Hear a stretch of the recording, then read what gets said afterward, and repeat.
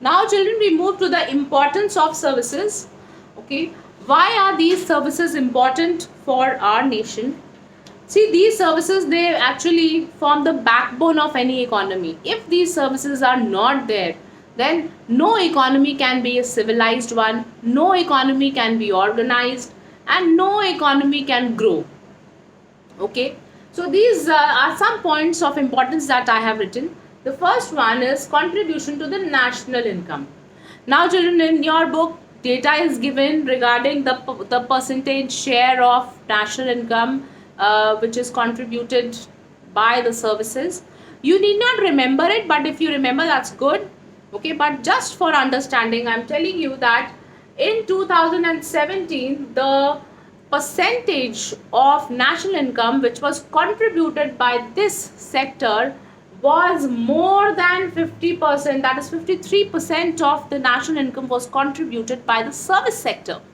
Okay, whereas in 1950, if you talk about just after independence, this share was a mere 28%.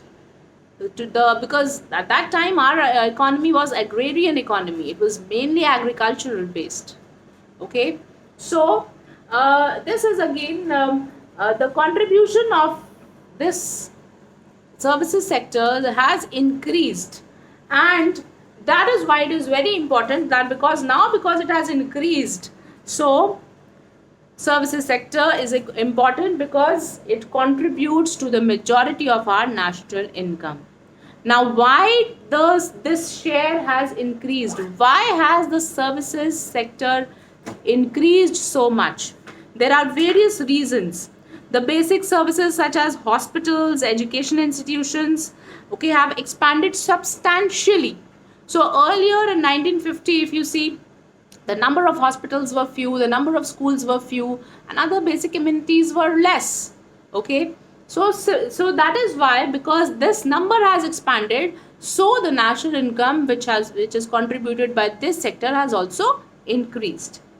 Now, the other reason which is there, that is industrial and trade policies have been liberalized. Liberalized means that the government is not very strict now in the policies of setting up of industries or setting up of factories. Okay, so this has opened the banking. Now, earlier, in if you see in our country, there were only public sector banks. Like if you want me to name some, there were SBI, there was PNB, the Punjab National Bank, the United Bank, all those banks which were owned by the government. But as the policies of liberalizing means to free or to just loosen the control. So because of this policy of liberalization, even the private sector banks have come up. So ICICI Bank, HDFC Bank, these are all private sector banks. Okay, and this is a result of liberalization. And as a result of liberalization, this share has gone up. Okay, so again, another reason of why the increase of services has taken place. Many companies in the developed world have started outsourcing certain services to Indian companies. Even countries like developed countries like America, India, America, or you can say Britain, they have outsourced many services for Indians. Means Indians are doing their part. You must have heard of BPOs. Okay, BPOs means business process outsourcing. Okay, so this BPO business is done by the developed countries so that India can do their job in lesser money, which they can easily give. Okay, so again, this is again a reason why service sector has become the largest contribution of GDP. Okay, with the rise of income levels of people, more services like hotels, tourism, shopping, malls have come up. Okay, these are in demand. Now, if you see, earlier there were not many government hospitals, but now if you see and if you enter a private hospital, you will feel that it is no less than a hotel. Okay, so this all is happening because the service sector is expanding rapidly, it's in demand. Then revolution occurred in the field of information and technology. So because of the the increase, or you can say the modernization of technology, also this national income contribution of the service sector has increased. Now we move to the second point, that is contribution to employment. Now this service sector gives employment to two kinds of people. Okay, one set of people include who are directly linked.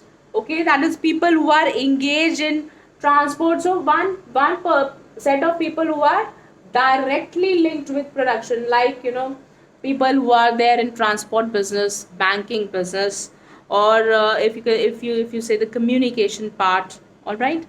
But and the other set of people who are indirectly linked, for example, if you talk about your teachers, if you talk about lawyers, if you talk about doctors, okay, so these people, these set of people, they are indirectly linked, they are indirectly employed, and they are indirectly linked to the process of production. Okay, these are the two set of people who gain employment. Again, one more importance of the tertiary sector is that you get employment, and there are two sets of people. One is directly linked, and directly linked ones include the bankers and the traders and all those people who are linked in the process of production. Okay, directly, and the other one is indirectly. Okay, now the third importance is development of primary and secondary sector. With the development of tertiary sector, the other two sectors of our economy are also developing. Okay, why? Because service sector is providing the infrastructure. We are getting the agricultural people, the people in the agricultural sector, they are getting infrastructure, they are getting good banking facilities, they are getting good transportation to just transport their produce. Even in the secondary sector, if a person has to draw raw material from a distant place, and if there is a good transport system, they can do the work very efficiently.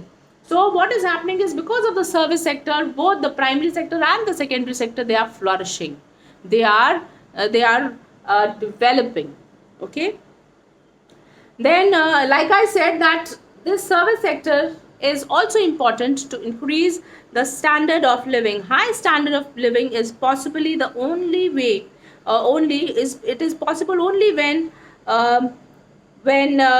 we all enjoy personal and public services. So the service sector is important. If the service sector will be a developed one in a country, then people will enjoy a high standard of living. So if you see, children, all the people who are working in multinational companies, they get their salaries according to their country's salary structure, and that is why they enjoy a high standard of living. Similarly, if in a country there are service sector is very, very developed, then the standard of living of the country will become high. Okay, then the rural development. Okay, in India, which is a country of villages and is in a backward state, there is a lack of facilities of transportation and communication and electrification, sanitation. Okay, so rural development is impossible without providing a good system of transport, without having good system of the service sector, without having good system of transport, communication, sanitation, water services. Rural development cannot take place. So service sector is important for rural development to happen. Also, children, in the last video I discussed about the regional disparities. Regional disparities means that there are imbalance between the regions of one country. Okay, so the government of India has put greater emphasis on an adequate expansion of the facilities in industrial backward regions. Now tertiary sector, if you see, many of these big companies, they have their offices on the outskirts. Okay, not in the interior of a city. That's why, because the reason behind it is that the government wants that all the areas should become developed. Okay, if you take the example of Noida, which is now, there is a place called Greater Noida also, which was earlier not very developed, But with the advent of all the IT companies going there, they have their offices now. The Greater Noida is so developed that you will find it next to Delhi. I mean, development scale would be next to that of Delhi. Okay, so similarly, now this service sector can also reduce the regional disparities. Now, children, I will talk about the interdependence of service sector on agriculture and industries. Okay, industrial sector. So how is the service sector interdependent on the primary sector, the agriculture sector? Number one, the primary sector, it provides food for the people of the service sector. All right. Number one thing, food items to the urban population, various sectors and services. Okay. So the primary sector, it provides food. Then the primary sector is also it also provides labor to the labor, which you can say that it is skilled labor or unskilled labor, which is wanted by the tertiary sector. It provides labor also to the service sector. Okay, now service sector depends on agriculture for the supply of this labor, and it also depends on this agriculture. Now this primary sector is dependent on tertiary sector, because tertiary sector is providing them facilities like health, okay, education, all right, then transportation. So the agricultural sector is dependent on the tertiary sector for these services. Okay, for example, a farmer is there, he needs to be healthy to be working in the field, and how can he ensure health? By going to a doctor if he falls sick, or by having proper treatments.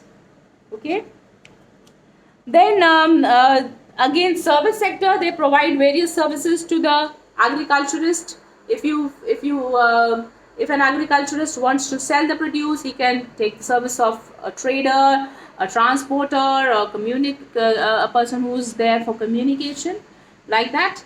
Similarly, the secondary sector is also dependent on the tertiary sector for these services. These services are needed by the secondary sector also, and in turn, now here the service sector depends for the secondary sector for the manufactured goods, the goods that are manufactured by the secondary sector, they are used by the tertiary sector.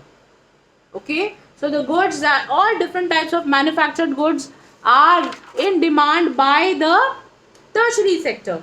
So this is how all the sectors of the economy are interlinked. Alright children, I'll end my video here. You all are supposed to go through your book, the first 2 pages. Thank you.